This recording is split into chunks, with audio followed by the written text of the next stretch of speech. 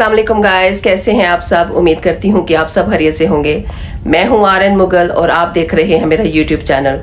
आज मैं आप लोगों के साथ शेयर करूँगी पसंदे की रेसिपी, जो कि मैं बना रही हूँ लैम की। और ये बहुत इजी और बहुत जल्दी तैयार हो जाती है।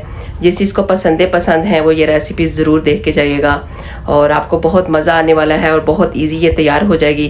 तो चलें, आपका टाइम वेस्ट किए बगैर रेसिपी की तरफ चलते हैं। यहाँ पे हम इंग्रेडिएंट्स जो है वो चेक कर लेते हैं। यहाँ पे मैंने 1 kg पसंदे लिए हैं। देखिए मैंने उनको कैसे बारीक बारीक सा इस तरह काट लिया है। अगर आपने इस तरह काटवाया है तो फिर आपको इनको बीट करने की ज़रूरत नहीं है, आप ऐसे भी इनको कुक कर सकते हैं। यहाँ पे मैंने 2 ऑनियन लिए हैं। यहाँ पे 2 टेबलस्पून जो है वो गार्लिक अदरक का पेस्ट है। और यहाँ पे ये सारे मसाले हैं। ये देखें, ये नमक है और यहाँ पे गरम मसाला है, काली मिर्च है, कुटी हुई मिर्च है, हल्दी है, ये ब्लैक पेपर है। और यहाँ पर ये पोपी सीड है, यहाँ पे ये नारियल का पाउडर है थोड़ा सा, और यहाँ पे मैंने बादाम लिए हैं। अगर आपके पास कैशू नट है तो आप वो भी डाल सकते हैं, लेकिन इस टाइम मेरे पास नहीं है तो मैं नहीं डाल रही। और यहाँ पर देखें, ये थोड़ा सा योगर्ट है, 100 ग्राम होगा। और यहाँ पे ये देखें, ये खड़े मसाले हैं। यहाँ पे लौंग है, ये छोटी इलायची, बड़ी इलायची है थोड़ी सी। यहाँ पे ये थोड़ी सी स्टिक है, सिनेमन स्टिक। और यहाँ पे ये ब्लैक पेपर के थोड़े से सीड्स है। और यहाँ पे ये थोड़ा सा सूखा धनिया है। सो आप ये सारे मसाले चेक कर लें और इनको आप याद रखें कि ये आपने सब ऐड करने हैं उसके अंदर। बनाना शुरू करते हैं। यहाँ पे मैंने हाफ कप ऑयल लिया है, जैसे आप देख सकते हैं यहाँ पर। इसमें हम ये डाल देंगे, ये खड़े मसाले जो हैं, जो आपको मैंने पहले दिखाए थे, वो इसके अंदर डाल देंगे। अच्छे से हमारा गर्म हो चुका है ऑयल। थोड़ा सा हम इनको फ्राई करेंगे इसके साथ। और जैसे ही हम ये थोड़े से इसको फ्राई करने के बाद ये जो ऑनियन है वो इसके अंदर हम ऐड कर देंगे। और इनको हम तब तक भूनेंगे जब तक ये थोड़े से रेड नहीं हो जाते। यहाँ पर देखें, ये प्याज अच्छे से गोल्डन फ्राई हो चुका है। इतना ही आपने फ्राई करना है, आपने इसको बहुत ज़्यादा फ्राई नहीं करना। और इस टाइम पे आपने इसके अंदर ये जो पसंदे हैं वो ऐड कर देंगे। इनको आपने तब तक कुक करना है जब तक ये थोड़े से इनकी वाइटनिंग लुक ना आ जाए, तो तब तक आपने इनको फ्राई करना है।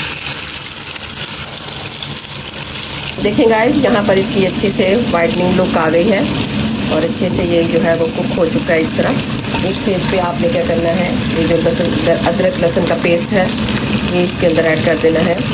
ये 2 टेबलस्पून था। और साथ में आपने क्या करना है, ये जितने भी मसाले मैंने बताए थे ये सब आपने इसके अंदर ऐड कर देने हैं। फिर आपने अच्छे से इसको पकाना है।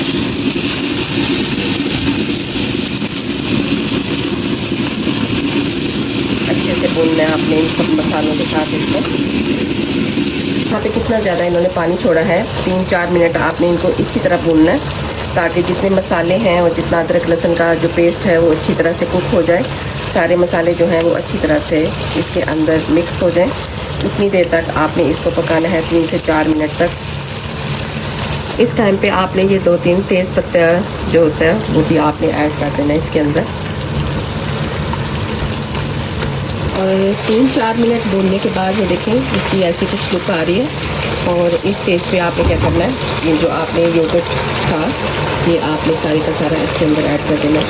ये तकरीबन 100 ग्राम योगर्ट था, ये आपने सारा इसके अंदर ऐड कर देना है। और अच्छे से मिक्स करने के बाद इसको आपने 3-4 मिनट के लिए फिर कवर करके आपने पका देना है इसको, ताकि अच्छे से इसका सारा जो फ्लेवर है योगर्ट का वो भी इसके अंदर ऐड हो जाए। तो गाइस, यहाँ पे देखें कितने अच्छे से ये बन चुके हैं योगर्ट के साथ सारे मसाले। 3-4 मिनट पकाने के बाद देखें कितने अच्छे से सारे मसाले बन चुके हैं और कितनी अच्छी सी इसकी लुक भी आ रही है। इस टाइम पे आपने ये काजू बादाम जो हश की मैंने पेस्ट बनाई थी वो ऐड कर देंगे इसके अंदर। और इसके बाद आपने 2-3 मिनट के लिए फिर इसको भूनना है। इसको डालने के बाद देखिए कितनी माशाल्लाह अच्छी सी उसकी लुक आ रही है अभी से। सो प्लीज़ गाइस, इसको ज़रूर ट्राई कीजिएगा। ठीक गाइस, बहुत इजी और बहुत जल्दी तैयार होने वाली रेसिपी है ये, और टेस्ट में तो नेक्स्ट लेवल है। ये वो भी बना सकते हैं जिन्होंने पहले कभी कुकिंग ना की हो। सो ये इतनी आसान मैंने रेसिपी आप लोगों को बताई है कि ये वो भी बना सकते हैं जो अभी नहीं खाना बनाना जानते। सो उनके लिए भी बहुत आसानी हो गई है कि ये बहुत इजी और अच्छी रेसिपी है, तो वो ज़रूर ट्राई करें। काजू, नारियल और हशश भी अच्छी तरह से भून चुका है, ये देखें। और इस स्टेज पे अब मैं थोड़ा सा इसके अंदर पानी ऐड करूँगी ताकि जब मीट का थोड़ा सा कसर रह गई है गलने में तो वो भी गल जाएगी। इसके अंदर मैं गर्म पानी डाल रही हूँ। आप कभी भी कुकिंग करते वक्त ठंडा पानी मत ऐड कीजिएगा, क्योंकि जब टेम्परेचर उसका गर्म होता है तो जब आप ठंडा पानी डालते हैं तो वो बिल्कुल भी उसकी सही टेम्परेचर ना सही होने की वजह से वो सही गलता नहीं है। सो जब भी आप कुकिंग कर रहे हों तो आप उसके अंदर गर्म पानी ऐड किया कीजिए।